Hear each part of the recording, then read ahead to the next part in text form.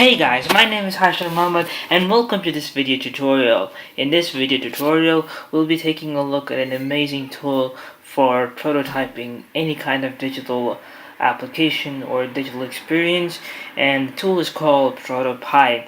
I've been playing with this tool since yesterday, and what an amazing tool this is.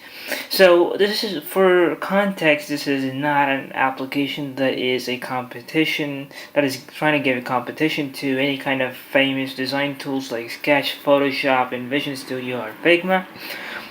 This is pretty much something that you can use in conjunction with these tools. So what it is basically with any of these existing prototyping tools like InVision or Figma, you can only create clickable prototypes and with a little bit of transitions. What I mean by that is, for example, you are designing an application or a website. Traditionally, in a prototype, what you'll do is, for example, this is an UI that I'm designing for one of my college projects. So let's say what I'll do is traditionally you just have hotspots or certain areas in an image, and what you'll do is you'll define like this. So when the person taps on this, you will take it to the next image or that image or something like that. So that's what it does, and when you test it out, all it does is pretty much it takes you to different images. That's what prototyping is. I mean, like I said, ProtoPie is it's not a free tool, but you do get a free trial, like you can see here.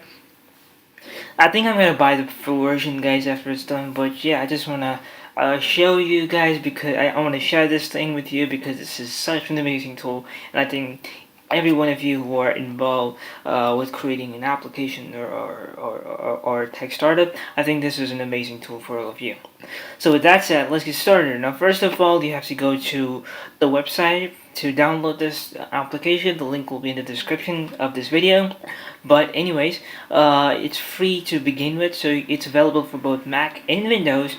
Once you're done with developing the prototype, you can actually share this like a link to like a website, or you can actually preview this on your phone. And trust me, in ProtoPie you can create so sophisticated animated prototypes. Like you can also have scrollable, something that you can animate and have some variables and stuff like that. Of course, when I say it's not something, it's not a tool that allows you to create a full-fledged native application, but allows you to more or less show something that looks like it.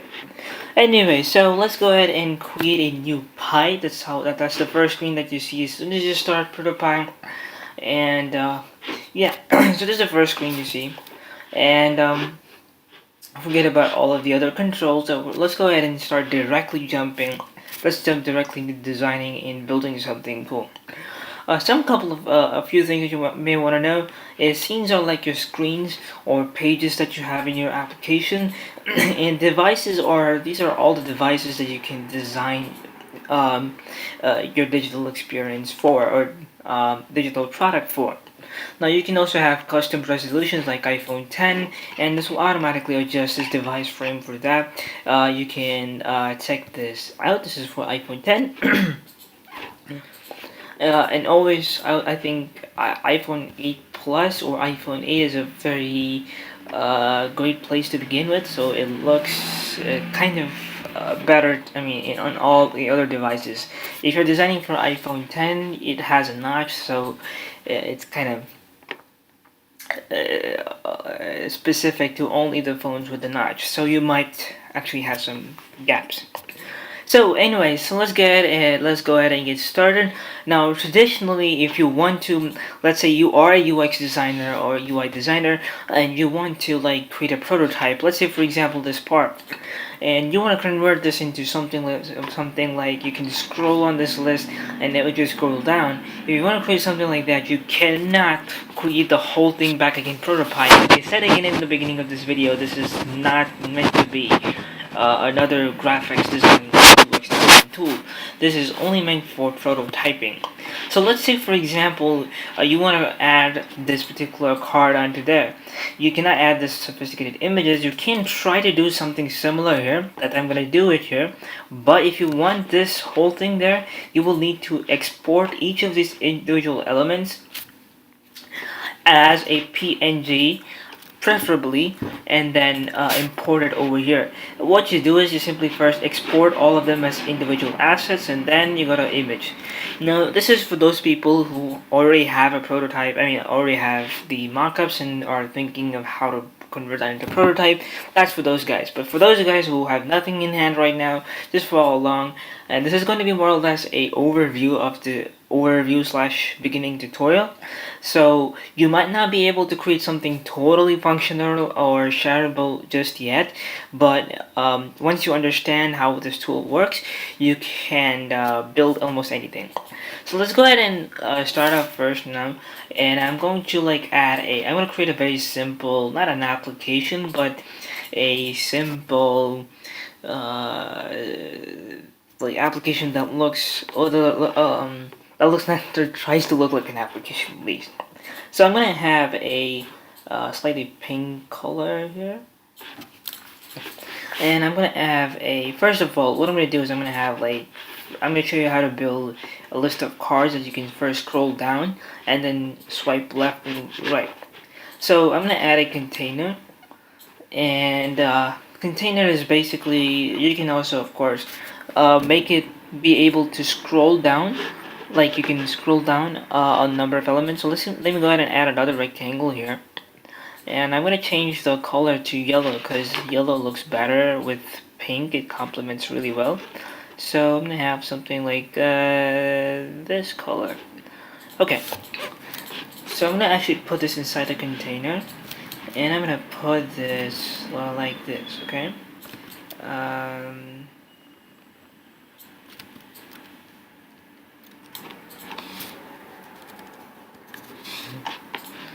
Okay, now you're going to put this like over this, and I'm gonna preview this for you guys so you can see.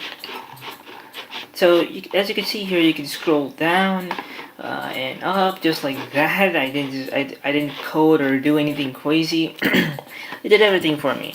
So the next thing I want to do is you want to let's go ahead and build a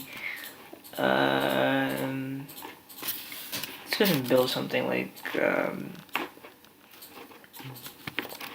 something that you can scroll sideways instead of bottom ways.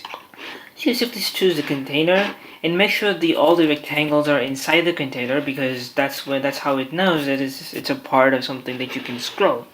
Now instead of scrolling vertical and in y-axis, you're gonna be able to scroll to the left and the horizontal axis. So as you can see now, I built something that's like you can scroll the sideways. So you can also have, instead of just basic shapes, you can also put on top of it some images, like something like this, and you can see, okay, preview. As you can see, you can have all kinds of stuff. So you can also have images, videos, and all kinds of stuff there. Now that's about, I'm gonna delete this because I'm just showing you can add images. Okay, so that's about how to create basic this kind of stuff. But now let's go ahead and do something a little more interactive. First thing I want to talk about is creating interactions or triggers, which is the most important part. What I'm going to do is I'm going to add a a rectangle. Okay, and this thing is going to have, I'm gonna have two rectangles here. What I'm gonna do is I'm gonna add a button here, and I'm gonna add a ball, and this is going to be of this color. Okay.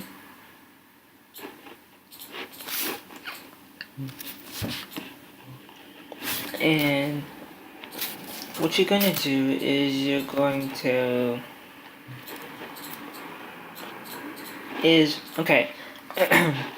So you're gonna have like two texture. One is going to be, if I'm gonna click on something like fall, the particular element here will fall down to this ground. And if I click on fly, it will go back up. So it's very simple stuff, but I'm going to show you how the whole tool works. So with this, you can create something really sophisticated, okay? So I'm going to choose both of these elements. I'm going to change the color to something like a little more white. Oh, no. Something like that. And change the size to something like 28. So it's a little better to look at. So I want you to look at this part here, which is a hierarchy. The properties are by default, and by starting, this is the properties you see here. So this is where it's located in the x-axis, and this is the y-axis is where it's located. Right now it's located on the topmost position, which is 0. And if I put it on the side here, as you can see here, it's on the x-axis is 0 because it begins from the left to the right. So if I take it the most right-hand side, the rightmost side, you could see that the position of the circle is in 314. Right now I'm going to put this in the center.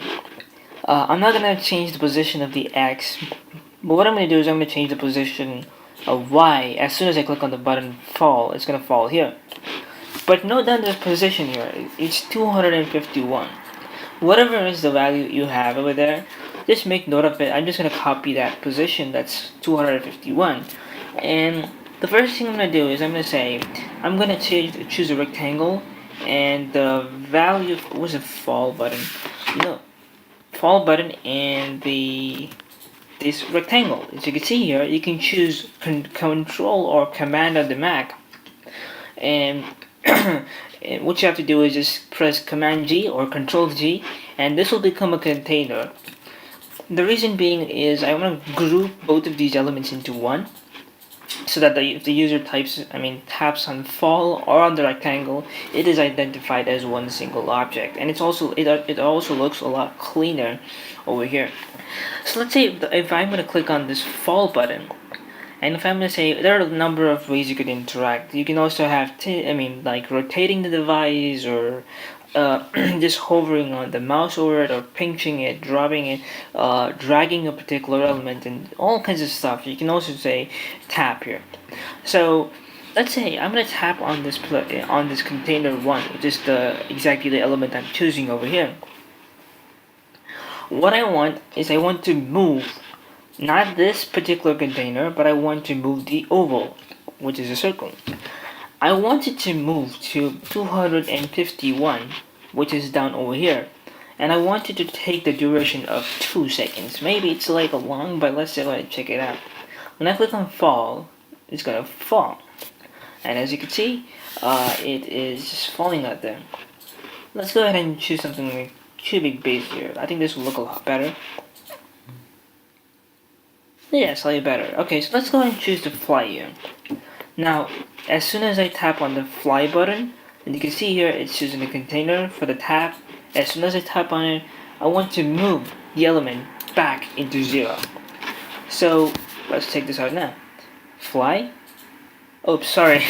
I have to move the oval, not the button. So fall, fly, fall, fly. The reason it's moving too fast is because it's 0.2 seconds. So now if I take it out, it goes back there. It looks a lot better, right? But you can do all kinds of stuff like this. So, for example, let's say when it's falling down, I wanted to increase the size by a factor of, say, 200. So if you want to check that out, I'm gonna copy that and paste over here. 100. I'm gonna check it out over here. Fall, fly. Okay, that's actually decreasing. Instead of scale by, let's just do this. Fall, fly, fall, fly. So that's actually the what I'm doing. Scale 2 is basically explicitly saying you have to scale to 100 by 100. Scale by is you're just multiplying that. So that's what is happening here. That's based on kinds of stuff you can do. You can also do some crazy stuff with it. But let's go ahead and do something else, okay? Let's go ahead and delete all of this, okay?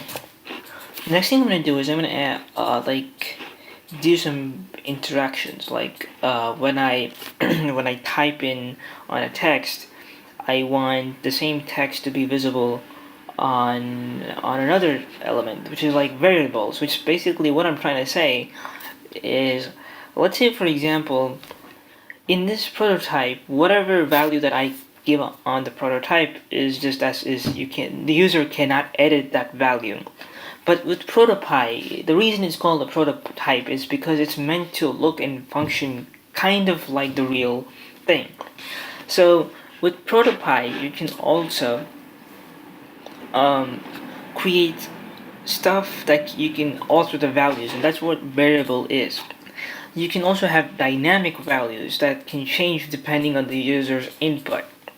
Now, of course, this is not something that involves programming. It's pretty easy, but you have to be a little open towards experiencing this. So, what I'm gonna do is I'm gonna decrease the value down a little bit, make it look a lot better.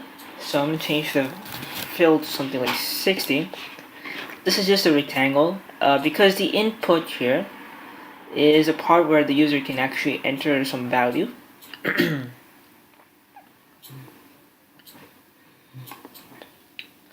Okay, right on this input value, I'm just gonna stretch it. You can stretch it all across, but it looks really bad, so I'm just gonna leave it like this. And what I'm gonna do is okay. So over here you can see that you can change the theme, dark. That's only for iOS. If you're testing this on iOS, you can only see that.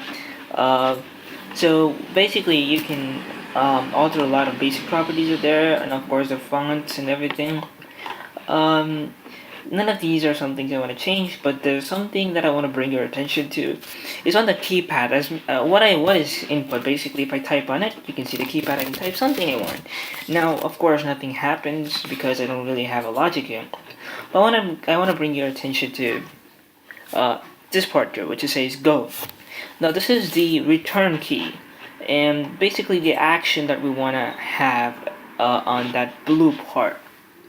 In some cases, you will have search. So this can be a search option. In some cases, it can be something like an instant message or like a send message. In some cases, it will be something like a next button, like an ebook or something. And in some cases, it will be just like done. I'm gonna leave this to done, okay? And just because it looks better, I guess. And I'm going to group both of these rectangle and input into a single container. And the way you do that again, you can of course choose both of these elements, right click on it. Oh, you can right click, I guess. You have to, the other way, the hard way of doing this is pressing container. You can add a container outside. It will look something like this. You have to choose both of these elements and then drag and drop it. The best way to do this, the shortcut way is you just choose both of these elements, press Command G or Control G. Okay, so now we have the value, the part where you can actually input some value. But where do we want to display the text? I'm going to display the text whatever he enters over here. Okay? I'll put it over here. I'm going to change the size to something like 24. I'm going to change the font to something that looks a little better. Okay.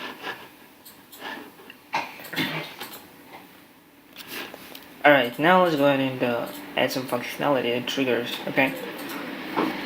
I'm gonna say, so, apologies for the background noise again. I'm gonna add a trigger here.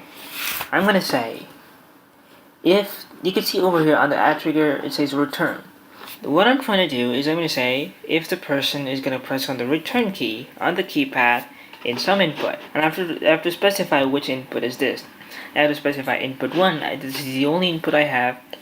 So when the return key on the input 1 is clicked or tapped, what do I want to happen?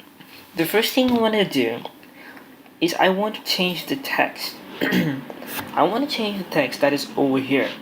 So I will say I want to change the text of the text one. So now I will say the value of this will be whatever is the value over here. So that is going to be a dynamic value. Now, how do I specify? How do I connect this and this? The way you do that is by using something called formula. And it's not like the math formula. Of course, you can do that as well. You also have variables that we'll take a look at it later. But for now, basically, formula allows you to plug in values from other elements in the scene or in the prototype. So let's say, for example, I want to pull in the value from this text. The way I do that is I say input. Okay, otherwise you can just say plus onion, and you could see all the elements that are over here. You could say, I want the text to be changed to the value that is in the input one's text property. And I just click on the text key. Let me show you guys what is happening here. So, as soon as the return key is pressed, the value of the text of this element will be changed to the whatever is the value that he entered over here. Let's go ahead and preview this for you. Hello world. And then I'm gonna press enter or return key and says hello world. Let's say something like my name, and that's my name. Okay, that's cool and all, but let's go ahead and add something like another container here. And I want to add some kind of acknowledgement that when the value of this is changed, which means that he has achieved the functionality of this application, which means that, for example, I want the application to be able to understand and respond to whatever action is happening within or during the runtime of the prototype. If I want to do that, you can also have things called conditions in prototype. What I'm trying to say here is that in this application, this example, I'm going to do something really simple, but you can think of some really great use cases. But technically, this is what it's trying to do. Now, let's say if he's going to type in some value and that value appears on the top, I'm going to say, as soon as he types in some value, I'm going to display a message down here saying, congratulations, you have used the app. I know it's a really ridiculous thing to do, but you can think of doing some really crazy things here with this use case. I'm going to say congratulations. You have used our app. And I know it's forget about how stupid this app is, but just try to concentrate on the what you could do with this functionality. Okay. Please remember that I have another container. Container is basically the part which is a group or a folder of elements, okay? It basically encapsulates a bunch of UI elements or a bunch of elements. And what I'm going to do is I'm going to drag over the text into the container. And I'm also going to be basically, I'm going to say, oops, not video. I'm going to choose the container here. And oh no. Okay, yeah, I'm gonna choose a container back here. And you can see a property that says opacity. Opacity is basically used to trigger the, not trigger, but basically used to specify the visibility of that component. I'm going to say by default, he has not used our app because he's not completed the functionality. So by default, it's going to be invisible, almost to opacity to 0. So I'm going to say the opacity is going to be 0, but as soon as he returns some value and if something appears here, I want this part to be visible. The way I do that is to add another functionality. Of course, the easy way to do that is I want to change the opacity of the container to 200. Now, of course, this will work, but we're basically trying to do this. We're trying to do the same thing here, like hello. You see, congratulations, it works, but I don't want that to happen. What I'm going to do is I want to do something different here. I want to use something called conditions, and I want to show you guys something called detect. So basically, detect function is used to detect the change in the value of any UI element or component within the prototype. So remember, like I was saying, you guys, that initially the value of type something is this. I mean, this text is type something, which doesn't make any sense. But within the runtime, when I say runtime, I mean to say when I'm running the application, the user runs the application, when he changes the value of type something to his name or whatever it is, he has successfully changed the name of text1, or at least the value. So when he's changed the value over there, I want the application to be able to detect the change in the value over there. And the way I do that is I'm going to say, look for the value over here, says text 2. And I'm going to say, when the value of text in the text 2 is changed, then I want the opacity of the container 2 to be, so actually, sorry, yes, you have to make one more change here. You have to change the text 1 actually, because text 2 refers to the congratulations. It's just basically implying itself. So I'm going to say when the text value on the text 1 is changed, I want to increase the opacity of the container 2 to 100. Now watch this. It does pretty much the same thing, but you just saw how differently we used it. It's a different way of using it, but you can do a lot of crazy things with this as compared to the other one. So I'm just gonna delete this. I'm gonna have other ways of doing conditions or detect here. Like for example, for example, he's gonna type in have an oval, and I'm gonna say when I tap on the oval, I want it to move. I wanted to move to like 329. So when he moves, he's gonna move to 329. So when I tap on the circle, oh, by the way, guy, move here. Yeah. So when I say that, let's say I want to do something else. Like if I'm gonna detect that, let's go ahead and detect the movement of the circle, which is on the y-axis. It's only moving on the y-axis, so if it rotates, I want to let's say I want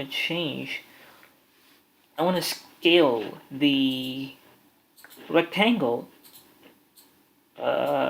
to about, say, not 2. Let's go ahead and scale by 100 by 100. I don't know how crazy this is gonna look, but yeah, you can see here. that's a weird thing, but yeah. So you can also, of course, have a factor. Let's go and check this out. Oh yeah, that's it. So you can, of course, scale by, and that's gonna look crazy, but yeah, 50-50. Let's go and preview this now. Again, so this is just something like, this is how I made use of conditions. But let's say now, once it's down, like for example, if the value is changed here, it can do this. So that's how you can use ProtoPie, and these are just some of the use cases that you can do. And of course, let's say if you want to have a button that takes you to the next screen. Let's say you have a button here like this, and you want to take it to the next screen.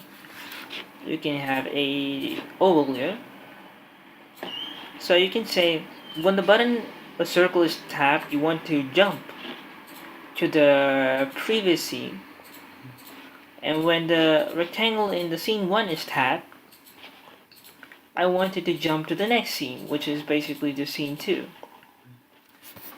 So if I tap on this, you can see I'm playing with 2 different screens. Of course, you can have transitions like pop and slide or whatever that is. You can have something like this. That's crazy, right? And you can also have flip. Which I don't know how it's gonna look. Yeah, that's flip. Pop. And yeah, that's pop. You can also have fade, like this. And all kinds of stuff. You can also have your custom transitions, I believe, and if I'm correct. Yeah, you cannot have custom transitions that you can keyframe, but I think you can do that using other things like move, scale, and rotating. You can create custom transitions. But yeah, that's how you can use Protopie. As you can see here, things like the traditional prototyping tool, like this one here. You also have a prototyping on Figma, but this is really too basic. I mean, something if you really want to, if you want something to be done immediately in something. I'm just gonna delete all of this because it's making any sense. Anyway, so if you want something to work, right out of the box, or something that you want to show urgently, you can make use of the Figma's prototyping tool. But if you really want to use something and show to a end user and capture his or her eye and show them how everything looks, then you can actually make use of Protopie because it gives you a lot more control into what you can build. And of course, once you're done, you can actually upload this like a website or something and share the link with your friends and see what they think about them.